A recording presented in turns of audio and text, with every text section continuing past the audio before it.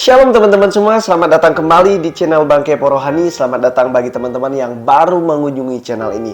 Terima kasih Bang Kepo ucapkan bagi kalian yang sudah mendukung channel ini dari awal sampai hari ini.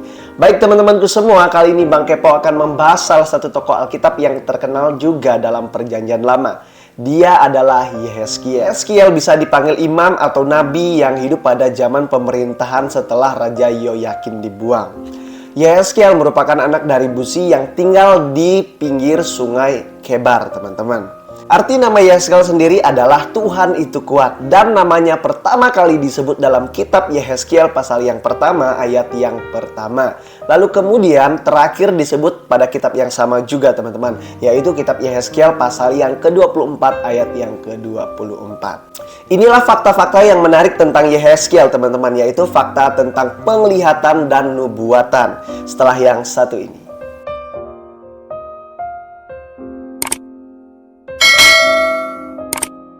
Baik teman-teman, kali ini kita akan membahas fakta-fakta mengenai Yehezkiel. Namun kali ini Bang Kepo mau membagi menjadi dua bagian, teman-teman. Yang pertama yaitu berbicara tentang fakta mengenai penglihatan. Penglihatan dari Yehezkiel. Dan penglihatan ini pun dibagi menjadi 5 bagian, teman-teman, yang akan kita bahas satu-satu nanti. Dan fakta yang kedua yaitu mengenai fakta nubuatan. Nah, fakta nubuatan ini pun dibagi menjadi 4 bagian yang akan kita bahas dan sebut satu-satu nanti, teman-teman. Fakta-fakta di dalam penglihatan.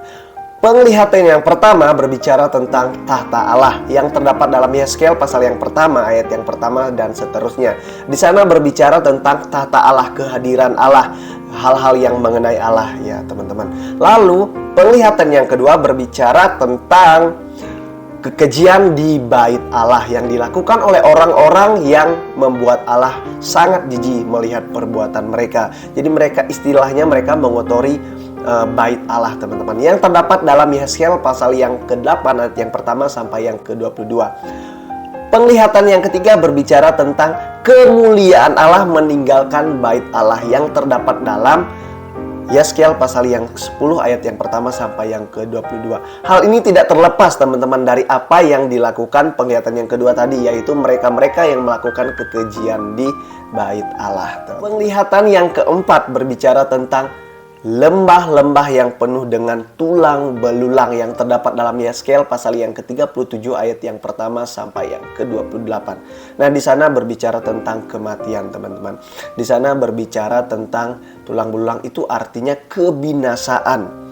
Hal-hal yang akan diterima orang jika mereka tidak bertobat kepada Allah adalah hal-hal kebinasaan mengenai tulang belulang. Jadi jelas di sini Tuhan tidak main-main dengan kekudusan. Dan inilah fakta yang kedua, yaitu mengenai fakta nubuatan. Nah, kali ini berfokus kepada Yehezkielnya sendiri, pribadi Yehezkielnya sendiri, teman-teman. Kenapa? Nah, ini jawabannya ya, teman-teman. Jadi, nubuatan yang pertama itu berbicara tentang melawan Israel. Siapa yang melawan Israel ini? Yehezkiel.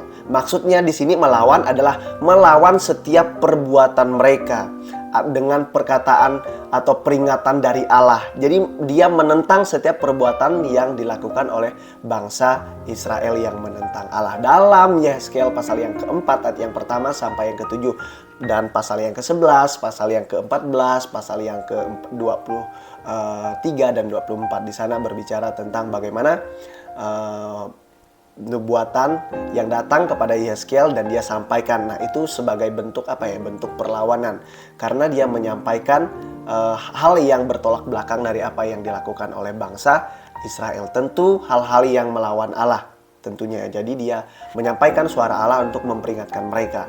Nah, nubuatan yang kedua yaitu berbicara tentang melawan nabi-nabi palsu yang terdapat dalam Yehezkiel pasal yang ke-13. Baik teman-teman, kita perlu ingat di sini. Zamannya Yehezkiel hidup ini pun sudah ada nabi. Nah, nabi inilah yang bisa menyesatkan orang-orang Israel atau orang-orang yang sudah percaya kepada Allah. Dan mereka ini disebut dengan nabi-nabi palsu. Dan sangat berbahaya pekerjaannya. Karena mereka akan menyesatkan banyak orang. Dan maka orang akan menjadi tersesat. Oleh sebab itu tidak heran orang-orang yang tidak taat kepada Allah akan mengikutinya. Mudah mendengar ucapan nabi-nabi palsu ini. Oleh sebab itu dengan kehadiran Yehezkiel dia melawan, teman-teman.